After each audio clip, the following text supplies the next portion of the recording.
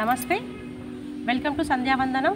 ఈరోజు మనం తెలుసుకోబోతున్నటువంటిది పురుషులలో సంతాన లోపం.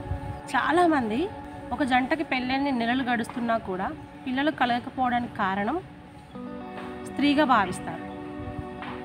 లోపాలు ఇద్దరిలో ఉండొచ్చు, లేదా ఒక్కరిలో ఉండొచ్చు. స్పెర్మ్ కౌంట్ తక్కువ ఉండడం కావచ్చు, లేదంటే ఉన్న కణాలు యాక్టివ్గా ఉండడం కాకపోవచ్చు, ఆరోగ్యంగా ఉండకపోవచ్చు. ఈ విధంగా పురుషుని ద్వారా కూడా సంతానలేమి అనేది జరుగుతూ ఉంటుంది. ఇప్పుడు మన యోగాలో ఏ ఆసనాలు చేయడం వల్ల స్పెర్మ్ కౌంట్ ఇంప్రూవ్ అవుతుంది, ఆరోగ్యంగా ఉంటుంది, వాటి గురించి తెలుసుకుందాం. ముందుగా ధనురాసనం ఏ విధంగా చేయాలనేది చూద్దాం. ఇలా మ్యాట్ పైన బోర్లా పడుకొని అర్ధ ధనురాసన్.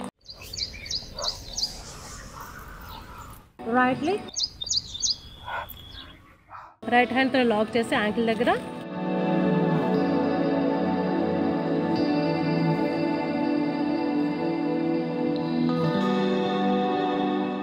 తర్వాత మన యొక్క ఎడమ కాలు కుడి చేయి,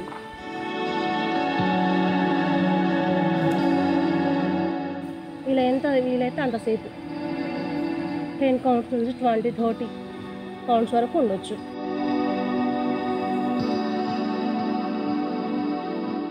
ఇలా ఈ విధంగా రిలాక్స్. తర్వాత ఎడమ చేయి ఇలా యాంకిల్ దగ్గర లాక్ చేస్తూ, అలాగే మన యొక్క కుడి కాలు కూడా ఎంతవరకు వీలైతే అంతవరకు లిఫ్ట్ చేయాలన్నమాట.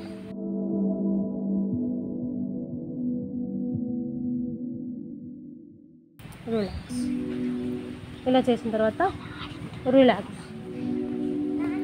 తర్వాత మన యొక్క 2 కాళ్ళు ఇలా యాంకిల్ దగ్గర లాక్ చేసి ఇలా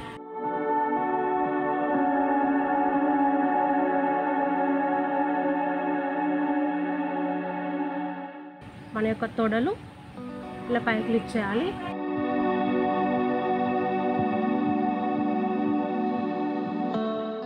రిలాక్స్.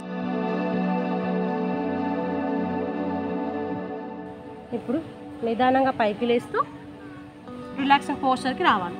రిలాక్స్ శశంకాసన్. ఇంకొక ఆసనం బటర్ఫ్లై.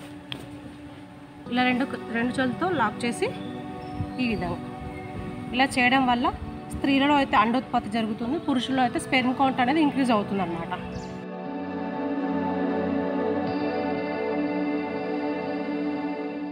తెలుసుకున్నాం కదండి, ఇంకెందుకు ఆలస్యం? యోగా చేస్తూ దానికి సరైన ఆహార నియమాలు పాటిస్తూ ఎంచక్కగా ఆరోగ్యంగా ఉండాలని కోరుకుంటున్నాను. ఈ వీడియో కనుక మీకు నచ్చినట్లయితే ప్లీజ్ లైక్ చేయండి, షేర్ చేయండి. మొదటిసారిగా చూసేవారు సబ్స్క్రైబ్ చేయండి. Thank you.